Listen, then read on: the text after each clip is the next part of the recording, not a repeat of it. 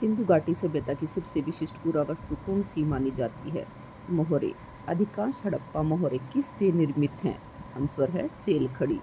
पुरातत्वविद dash शब्द का प्रयोग पुरावस्तुओं के ऐसे समूह के लिए करते हैं जो एक विशिष्ट शैली के होते हैं और सामान्यतः एक साथ एक विशेष भौगोलिक क्षेत्र तथा कालखंड से संबंध पाए जाते हैं। तो इसका आंसर क्या है? संस्कृति। अगला है आपका हड़प्पा सभ्यता की पुरावस्तुओं में शामिल हैं पकी हुई ईंटें, मनके, बाट। उपर्युक्त सभी। सिंधु घाटी सभ्यता को हड़प्पा सभ्यता क्यों कहा जाता है? संपूर्ण सभ्यता का प्रथम खोजा गया स्थान होने के कारण। उसके बाद है आपका हड़प्पा सभ्यता तिथि अंकन में प्रयुक्त बीसी का पूरा नाम क्या है? पूरा नाम क्या है? Before Christ. थार रेगिस्तान से लगा हुआ पाकिस्तान का रेगिस्तानी क्षेत्र क्या कहलाता है? क्या कहलाता है? चोलिस्तान। निम्न में से कौन सा हड़प्पा स्थल भारत में नहीं है? तो कौन सा नहीं है? बनावली, रंगपुर, मीताथड़ और बालाकोट। तो कौन सा नहीं है? बालाकोट। बाजरे के दाने के अवशेष कहाँ से मिलते हैं? कहाँ से मिलते हैं? गुजरात से। मिट्टी से बने हल का मॉडल प्रतिरूप कहाँ से मिलता है? कहाँ से मिलता है मिट्टी का हल? बनावली से। उसके बाद नेक्स्ट क्वेश्चन है, जुते हुए खेत के अवशेष कहाँ से मिले हैं? कहाँ से मिले हैं? कालीबंगा से। सोतगुही कहाँ स्थित है? सोतगुही अफगानिस्तान में है, जहाँ से नहरों के अवशेष मिलते हैं। धोलावीरा, धोलावीरा कहाँ है? गुजरात में। धोलावीरा से क्या क्या मिलता है? खेल स्टेडियम और आपका जो है जलाशय। किस हड़प्पा स्थल से उन्नत जल प्रबंधन के साक्ष्य मिलते हैं? तो कहाँ से मिलते हैं? धोलावीरा से। किस सैन्य स्थल से नहरों के अवशेष? तो सोतगुही अफगानिस्तान से नहरों के अवशेष मिलते हैं। Further excavation and Mohenjodaro. Further excavations at Mohenjodaro पुस्तक के लेखक कौन है भाई? अर्नेस्ट मैके। सबसे पहले खोजा गया सैन्य स्थल कौन सा था? हड़प्पा। हड़प्पा सभ्यता का सबसे अनूठा पहलू कौन सा था? शहरी केंद्रों का विकास। सैन्य सभ्यता का सबसे प्रसिद्ध पूरा स्थल कौन सा है? मोहनजोदड़ो। भारतीय पुरातत्व का जनक किसे कहा जाता है? अलेक्जेंडर कनिगम को। कालीबंगा से प्राप्त जुते हुए खेत के अवशेष किस काल के हैं? किस काल के हैं? प्राक हड़प्पा। बनावली कहाँ पर है? बनावली कहाँ पर है भाई? हरियाणा में। ईंटें चुराने वालों द्वारा नष्ट किया गया सैन्य स्थल कौन सा था? जो ईंटें चुराने वाले थे उनके द्वारा जो नष्ट किया गया वो हड़प्पा था। मोहनजोदड़ो में कुओं की संख्या लगभग कितनी है? 700। अर्ली इंडस सिविलाइजेशन किसकी रचना है? अर्नेस्ट मैके की। विशाल स्नानागार के अवशेष कहाँ से मिलते हैं? मोहनजोदड़ो से। विशाल स्नानागार के संबंध में कौन सा कथन सत्य है? चारों ओर एक गलियारे से घिरा हुआ आयताकार जलाशय था। जलाशय में उतरने हेतु उत्तर दक्षिण पार्श्व में सीढ़ियां बनी हुई थी। इसका प्रयोग अनुष्ठानिक स्नान के लिए होता था। तो उपयुक्त सभी सही हैं। हड़प्पाई शवावधानों के बारे में असत्य कथन कौन सा है? ऐसी मान्यता थी कि कब्रों से प्राप्त मृत भांड का मृत्यु प्रयोग किया जा सकता था। पुरुषों और महिलाओं दोनों के शवावधानों से आभूषण मिले हैं। सैंधव सभ्यता में मृतकों के साथ बहुमूल्य वस्तुएं दफनाने में विश्वास नहीं था। हड़प्पई शवों को पिरामिडों में रखा जाता था। तो सही असत्य कथन पूछा है। तो हड़प्पई शवों को पिरामिडों में रखा जाता था। पिरामिड कहाँ थे भाई? मिस्र में थे। तो ये देखो इसमें आंसर गलत है। घिसी हुई रेत अथवा बालू तथा रंग और चिपचिपे पदार्थ के मिश्रण को पकाकर बनाया गया पदार्थ क्या कहलाता था? फियांस। मोहनजोदड़ो का क्षेत्रफल कितना था? 125 हेक्टेयर। चनहुदड़ो का क्षेत्रफल कितना था? 7 हेक्टेयर। कई बार पूछा गया क्वेश्चन है भाई ये। एनसीईआरटी में ही मिलते हैं आपको, ये एनसीईआरटी से बनाए गए हैं। अगर आप गाइड या किताब में ढूंढेंगे तो ये क्वेश्चन आपको नहीं मिलेंगे। तो मोहनजोदड़ो का 125 हेक्टेयर है, चनहुदड़ो का 7 हेक्टेयर है। निम्न में से कौन सी हड़प्पाई बस्ती पूर्णतः शिल्प उत्पादन में संलग्न थी? तो कौन सी लगी हुई थी भाई? आपकी चनहुदड़ो। उसके बाद है, निम्न में से किसका प्रयोग मनके बनाने में नहीं होता था? लोहा, स्फटिक, कॉर्नेलियन और सेल खड़ी। तो किसका नहीं होता था? लोहे का, क्योंकि लोहा उस टाइम तक नहीं था। किस हड़प्पई स्थल से मनकों में छेद करने के विशेष उपकरण नहीं मिले हैं? इन्होंने पूछा नहीं मिले हैं। तो किससे नहीं मिले हैं? नागेश्वर से। चनहुदड़ो, धोलावीरा और लोथल, इन तीनों से मिले हैं। शंख निर्मित वस्तुओं के निर्माण के विशिष्ट केंद्र के रूप में कौन सी हड़प्पाई स्थल प्रसिद्ध थे? तो कौन सा था भी? नागेश्वर और कोटी दीजी। ठीक है। जो शंख निर्मित वस्तुएं हैं वो कहाँ कहाँ से मिली हैं? आपकी नागेश्वर और कोटी दीजी से। कौन सा युगम असुमेलित है? शंख नागेश्वर और बालाकोट से। लाजवर्त जो है वो शोतगुही से।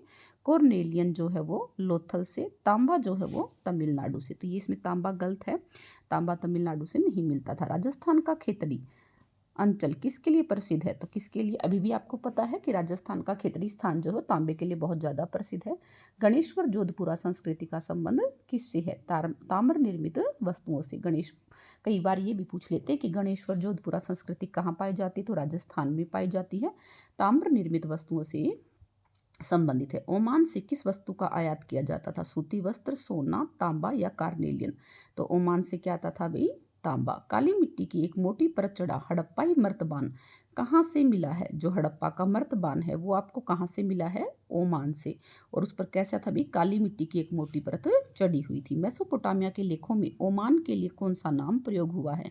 तो कौन सा नाम प्रयोग हुआ है? मगान। मेसोपोटामिया के लेखों में प्रयुक्त मेलुहा शब्द का प्रयोग किसके लिए होता था? मेलुहा शब्द का प्रयोग अरब प्रायद्वीप, हड़प्पाई क्षेत्र, यूनान या विंध्याचल क्षेत्र? तो किसके लिए होता था? हड़प्पाई क्षेत्र के लिए।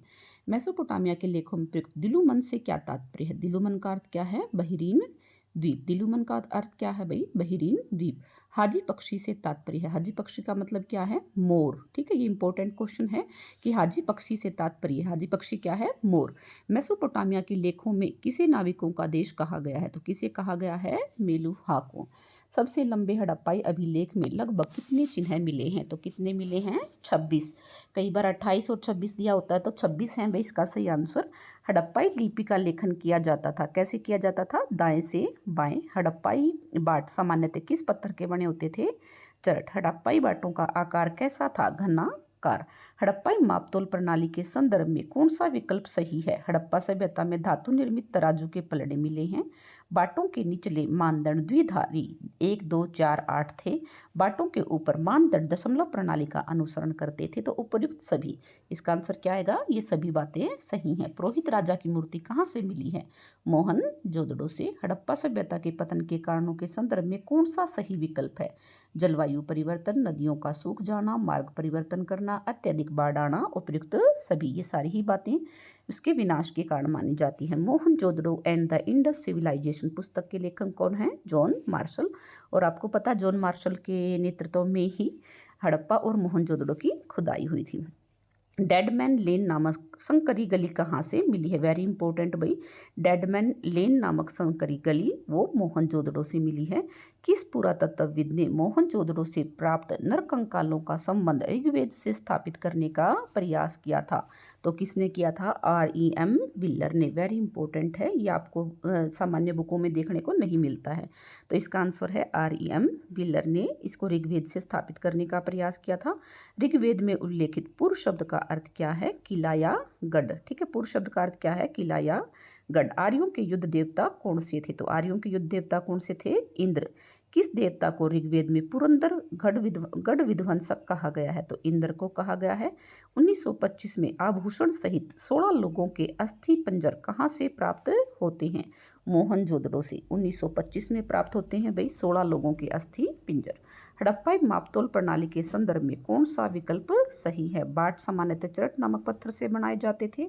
बाट घनाकार होते थे। छोटे बाटों का उपयोग संभवतः आभूषण और मनकों को तोलने के लिए किया जाता था। तो ये सारी ही बातें सही हैं। पारिस्थितिकी साक्ष्यों के आधार पर हड़प्पा सभ्यता के पतन के लिए किसे अभियुक्त माना जाता है? तो किसे माना जाता है? इंद्र को। 1960 के दशक में किस पुरातत्वविद ने मोहनजोदड़ो में नरसंहार के साक्ष्यों पर सवाल उठाए थे? किसने उठाए थे भाई? जॉर्ज डेल्स ने। ठीक है, पुरातत्वविद कौन था? जॉर्ज डेल्स था, जिसने मोहनजोदड़ो में नरसंहार के साक्ष्यों पर सवाल उठाए थे। उसके बाद है the mythical massacre at Mohenjodaro नामक पुस्तक के लेखक कौन थे? GF Dales. कौन थे भाई? GF Dales. भारतीय पुरातात्विक सर्वेक्षण विभाग का पहला महानिदेशक कौन था? अलेक्जेंडर कनिगमोरिनी के टाइम पर 1861 में भारतीय पुरातत्व विभाग की स्थापना होती है। विश्व के समक्ष 1924 में सिंधु घाटी में एक नवीन सभ्यता की खोज की घोषणा किसने की थी? जॉन मार्शल ने। The story of Indian archaeology किसने लिखी है? SN राव ने। किसने कहा था कि मार्शल ने भारत को जहां पाया था उसे उसने 3000 वर्ष पीछे छोड़ा है? SN राव ने कहा था भाई। The story of Indian archaeology भी SN राव की ही बुक है। REM विलर भारतीय पुरातात्विक सर्वेक्षण विभाग के महानिदेशक कब बनते हैं? 1944 में। हड़प्पाई मोहर पर कनिंघम की रिपोर्ट कब प्रकाशित हुई थी? 1875 में। हड़प्पाई लिपि के संदर्भ में सही कथन है यह रहस्यमय लिपि आज तक नहीं पढ़ी गई है। हड़प्पा लिपि निश्चित रूप से वर्णमाल्य नहीं थी, क्योंकि ये भावात्मक थी, भाई भाव चित्रात्मक। हड़प्पा लिपि में चिन्हों की संख्या 375 से 400 के बीच में है। तो उपयुक्त सभी बातें ठीक हैं। हड़प्पा सभ्यता के अलावा किस समकालीन सभ्यता के लोग पुरोहित राजाओं से परिचित थे? तो कौन से थे भाई? मेसोपोटामिया के। निम्नलिखित में से कौन सा लक्षण हड़प्पा सभ्यता के पतन को दर्शाता है? तो कौन सा दर्शाता है? विशिष्ट पुरावस्तुओं, बाटों, मोहरों, विशिष्ट मनकों का समाप्त हो जाना, लेखन, लंबी दूरी का व्यापार, शिल्प विशेषज्ञता की समाप्ति होना, आवास निर्माण की तकनीकों का ह्रास होना। उपयुक्त सभी। किस सैंधव स्थल से कब्रिस्तान सवावधान एच का साक्ष्य मिलता? R37 और H दोनों ही हड़प्पा से मिलते हैं। कुब्बड़दार वृषभ के अंकन युक्त बेलनाकार मोहर किस समकालीन सभ्यता से प्राप्त हुई है? तो किससे होती है? मेसोपोटामिया से। मेसोपोटामिया की जो लिपियां थी वो कैसी थी भाई? बेलनाकार थी। गोलाकार फारस की खाड़ी मुद्रा मोहर कहाँ से प्राप्ति मिलती है? तो कहाँ से मिलती है? बहरीन से। रोपड़ कहाँ पर है? पंजाब में। मोहरें और मुद्रांकन के संदर्भ में सही कथन है। इनका प्रयोग लंबी दूरी के संपर्कों को सुविधाजनक बनाने के लिए होता था। मुद्रांकन से प्रेषक की पहचान का भी पता चलता था। रोपड़ से मुद्रांकन की प्राप्ति हुई है। तो उपयुक्त सभी बातें ठीक हैं। किस विद्वान ने आरंभिक बस्तियों की पहचान हेतु चीनी तीर्थ यात्रियों द्वारा छोड़े गए वृत्तांतों का प्रयोग किया था? तो किसने किया था? अलेक्जेंडर कनिगम। और भारतीय पुरातत्व का जनक भी कौन है? अलेक्जेंडर कनिगम। किस विद्वान ने पुरातत्व की पद्धति में एक सैनिक परिशुद्धता का समावेश किया था? सैनिक परिशुद्धता का समावेश किसने किया है? R.M. विल्लर ने। और ये कब बनते हैं? 1944 में। ऋग्वेद में उल्लेखित रुद्र देवता का साम्य किस देवता से किया गया है? तो ऋग्वेद में कौन है? रुद्र। और यहाँ उसका किसके साथ किया गया है? शिव के साथ। महिलाओं और पुरुष जो जादुई तथा इलाज की शक्ति होने और साथ ही दूसरी दुनिया से संपर्क साधने के सामर्थ्य का दावा करते थे, क्या कहलाते थे? शमन। My archaeological mission to India and Pakistan किसकी बुक है? R.M. विल्लर की। वह परिष्कृत पत्थर जिसकी पूजा भगवान शिव के रूप में होती थी, क्या कहलाया? लिंग। आद्य शिव की मोहरों के संदर्भ में सही कथन है। यह मोहर मोहनजोदड़ो से प्राप्त हुई है। इसमें हाथी, बाघ, गैंडा, भैंसा, हिरण पशुओं का अंकन है। यह मोहर खंडित अवस्था में मिली है। तो उपयुक्त सभी बातें इसके बारे में ठीक है। आद्य शिव की मोहर के संदर्भ में सही कथन है। इस मोहर पर 5 प्रकार के कुल 6 पशुओं का अंकन है। यानी कि इसमें 5 प्रकार के और कुल 6 पशुओं का अंकन है। मोहर का दक्षिणी पश्चिमी हिस्सा खंडित है। काफ़ी इंपॉर्टेंट है भैया, आपको देखने को नहीं मिलेगा कि कितने प्रकार के थे। 5 प्रकार के, कुल 6 पशु थे, और जो दक्षिण पश्चिम का जो हिस्सा था वो इसका खंडित है। इस मोहर पर शिव का योगी स्वरूप दिखाया गया है। तो उपयुक्त सभी ठीक है। किन हड़प्पा स्थलों से अग्नि वेदिकाओं की प्राप्ति होती है? तो लोथल और कालीबंगा से अग्नि वेदिकाएं मिलती हैं। हड़प्पा, ओमान, मेसोपोटामिया से प्राप्त तांबे में किस धातु का अंश मिलता है? तो किसका मिलता है?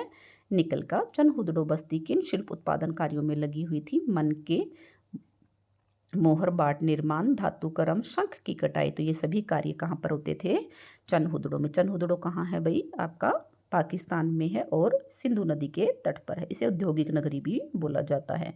मनकों में छेद करने के विशिष्ट उपकरण कहाँ से प्राप्त हुए हैं? चनहुदड़ो, लोथल और धोलावीरा। तो ये सारे क्वेश्चन आपके हड़प्पा सभ्यता से संबंधित थे। यहाँ तक आपका ये कंप्लीट हो जाते हैं। टोटल आपके 89 क्वेश्चन हैं।